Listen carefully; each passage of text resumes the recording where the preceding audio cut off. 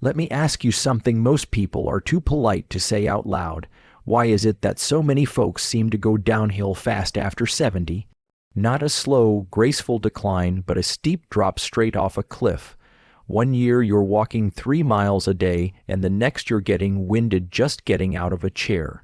You've seen it happen, maybe you've even felt it, but why does it actually happen? The truth is, it's not just age.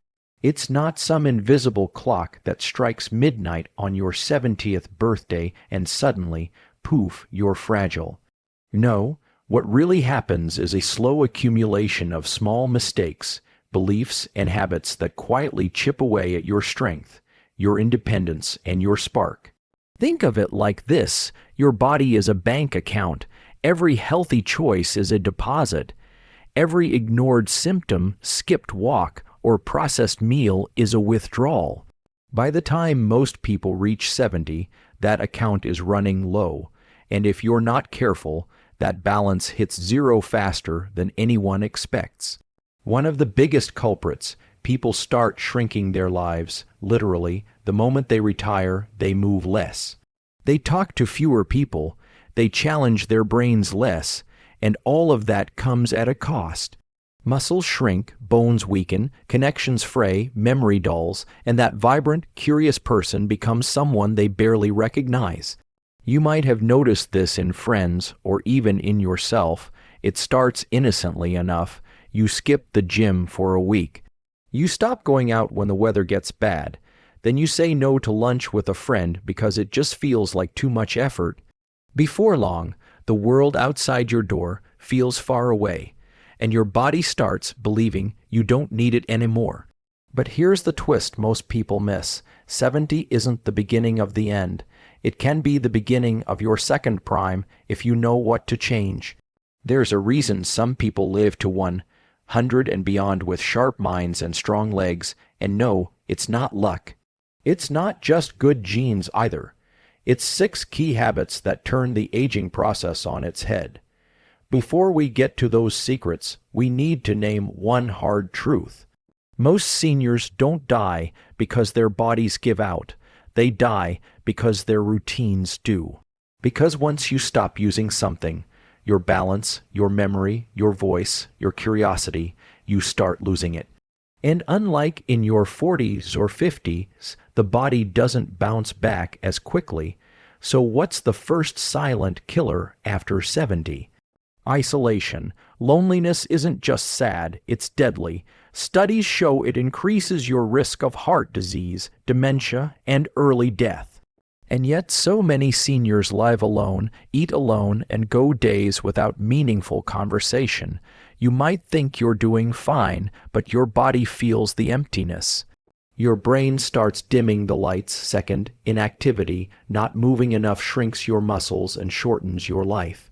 And no, walking to the mailbox doesn't count. The human body, even at 70 or 80, craves motion. Without it, blood flow slows, digestion weakens, joints stiffen, and your balance, your literal ability to stand tall, begins to vanish. Third is medication overload. As people age, doctors often stack pill after pill. One for blood pressure, one for cholesterol, another for sleep, another to offset the side effects of the others. It becomes a chemical soup, and most people don't question it. But those combinations can sap energy, dull mental clarity, and sometimes cause more harm than good. The fourth reason: people stop learning. The brain is a muscle. If you stop stretching it, it tightens up. If you stop feeding it new challenges, it slows. Reading new books, picking up new skills, or even learning how to use new technology keeps your brain young. Most folks don't realize memory loss isn't always inevitable. Sometimes it's just boredom. Fifth, they stop dreaming. Seriously, ask a 20-year old what they want to do next. They'll give you a list. Ask most 70-year-olds and they'll say, "I'm just taking it day by day." But the mind needs a future, a goal, a reason to wake up excited. When you stop planning ahead, your body starts giving up early. And finally, diet, not just calories or carbs, but nourishment. Seniors often eat less, but they also eat worse. Processed foods, too much sugar, not enough protein or fiber. Nutrition becomes an afterthought when it should be front and center. What you feed your cells determines whether they repair or decay. So now we've laid it bare. These are the quiet destroyers of senior health. Not just time itself, but what we do with it. But here's the good news, you can flip the script. It's never too late to start rebuilding. The human body has a remarkable capacity for healing, even in your 70s, 80s, or 90s. Let's dive into the 6 secrets that help people not just live longer, but live well beyond 100 with a clear mind, strong body, and full heart. These aren't fads or trends. These are patterns seen again and again in the lives of people who thrive in their later years. The first secret is movement, not just exercise movement. There's a difference. Exercise sounds like going to the gym, lifting weights, counting reps. Movement means walking to the store instead of driving, gardening, stretching when you wake up, dancing in your kitchen when no one's watching. People who move naturally throughout the day, not just in a 30-minute slot, stay more agile, keep better balance, and maintain stronger bones.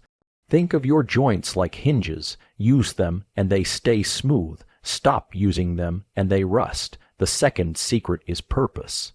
Every centenarian in those blue zones, places where people live the longest, wakes up with a reason. It might be a garden to tend, a grandchild to help raise, a community to serve, or a puzzle to solve. When you have purpose, you don't wake up with dread. You wake up with direction. That energy carries your body through the day. Your mind sharpens to meet the challenge. Purpose is the best free medicine there is. The third secret, connection. Human beings are wired for community. As we age, our circle often gets smaller. Friends pass, families move, routines shift. But people who make the effort to keep meaningful relationships, weekly phone calls, monthly game nights, even just chatting with neighbors, are happier, less stressed, and live longer. Loneliness causes inflammation. Love, laughter, and companionship do the opposite. They heal. The fourth secret is food, but not in the way most diets tell you. The people who live to 100 don't eat out of plastic wrappers. They don't skip meals or drink sugary sodas with every lunch. They eat real food, mostly plants, colorful vegetables, healthy fats, and modest portions. They don't starve themselves, but they also don't stuff themselves. And many of them follow something called *hara-hatch, Ibu asterisk, a Japanese habit of eating until you're about 80% full. Turns out your stomach and your cells both appreciate moderation. Now, the fifth secret may surprise you. It's adaptability, the ability to adjust when life throws a curveball. Most people don't make it to 100 without some storms, grief, health scares, financial changes. But the ones who do, they bend, they don't break. They cry, then they get up. They lose, but they rebuild. They accept change and keep moving forward. Adaptability keeps your stress lower, and lower stress means lower inflammation. And that's the hidden root of many chronic illnesses. And finally, the sixth secret is curiosity. Yes, curiosity. People who stay curious stay young. They don't say, "I'm too old for that." They ask questions. They try new things. They're not afraid to be beginners again. Whether it's learning how to paint, picking up a new instrument, exploring a new hiking trail, or figuring out how to use a tablet, curiosity keeps the mind awake and the soul alive. A curious mind doesn't grow stale, it grows sharper. So let's recap for a second. The 6 secrets to a long, vibrant life beyond 100 are movement, purpose, connection, food, adaptability, and curiosity. No pills, no expensive memberships, just habits, just choices, just small daily decisions that compound into something extraordinary over time.